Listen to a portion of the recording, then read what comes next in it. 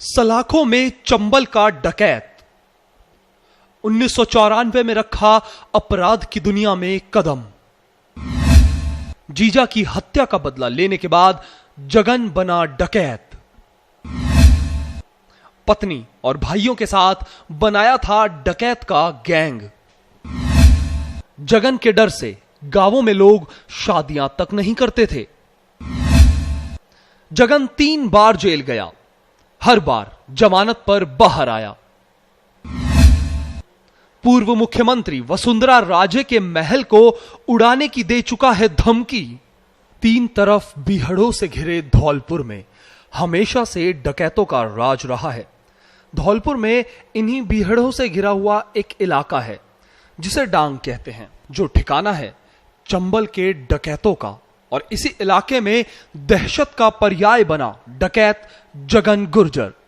धौलपुर के भभूतिपुरा का रहने वाले जगन अपने जीजा की हत्या का बदला लेने के लिए अपराध की दुनिया में कदम रखा। 1994 में हत्या के बाद अपनी पत्नी और 3 भाइयों के साथ चंबल में उतर गया। उसने अपना गैंग बना लिया और डकैती शुरू कर दी। जगन ने अपनी पत्नी और भाइयों के साथ मिलकर राजस्थान, मध्य प्रदेश और उत्तर प्रदेश में फैले चंबल में अपनी धाक जमा ली और चंबल का बादशाह बन गया। उसका खौफ इतना था कि उसके गांव में करीब 10 सालों तक कोई शादी नहीं हुई। सालों तक दहशत फैलाने के बाद जगन ने अपनी प्रेमिका के चक्कर में साल 2001 में धौलपुर के एसपी रहे बीजू जॉर्ज जोसेफ के सामने जगन ने सरेंडर कर दिया। उसे जेल भेज दिया गया। जगन 2005 में जमानत पर जेल से बाहर आ गया। उसकी प्रेमिका कोमेश भी बाहर आ गई। जेल से छूटने के बाद कोमेश ने तो अपराध का रास्ता छोड़ दिया, लेकिन जगन अपने भाइयों लाल सिंह, पान सिंह और पप्पू के साथ फिर से डकैत बन गया।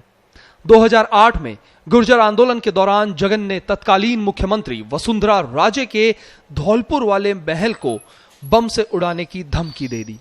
फिर तो पुलिस हरकत में आई और उसने जगन पर 11 लाख रुपए का इनाम रख दिया। इसके बाद जगन चंबल का सबसे बड़ा डकैत बन गया। 11 लाख रुपए का इनाम घोषित होने के बाद राजस्थान की पुलिस जगन के पीछे पड़ गई।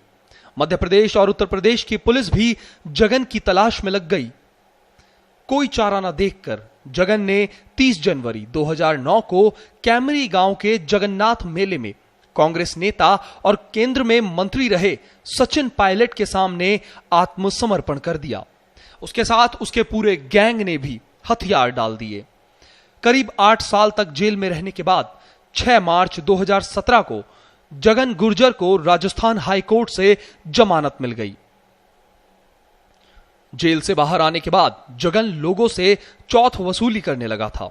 कई लोगों के साथ मारपीट भी की थी और हत्या की धमकी दी थी। कई जगहों पर फायरिंग भी की थी, जिसके बाद पुलिस उसकी तलाश में जुट गई थी।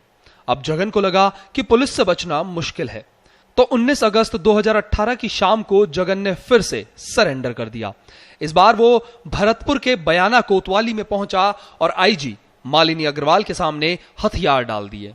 इसी जून महीने में ही जगन गुर्जर को अदालत ने फिर से जमानत दे दी।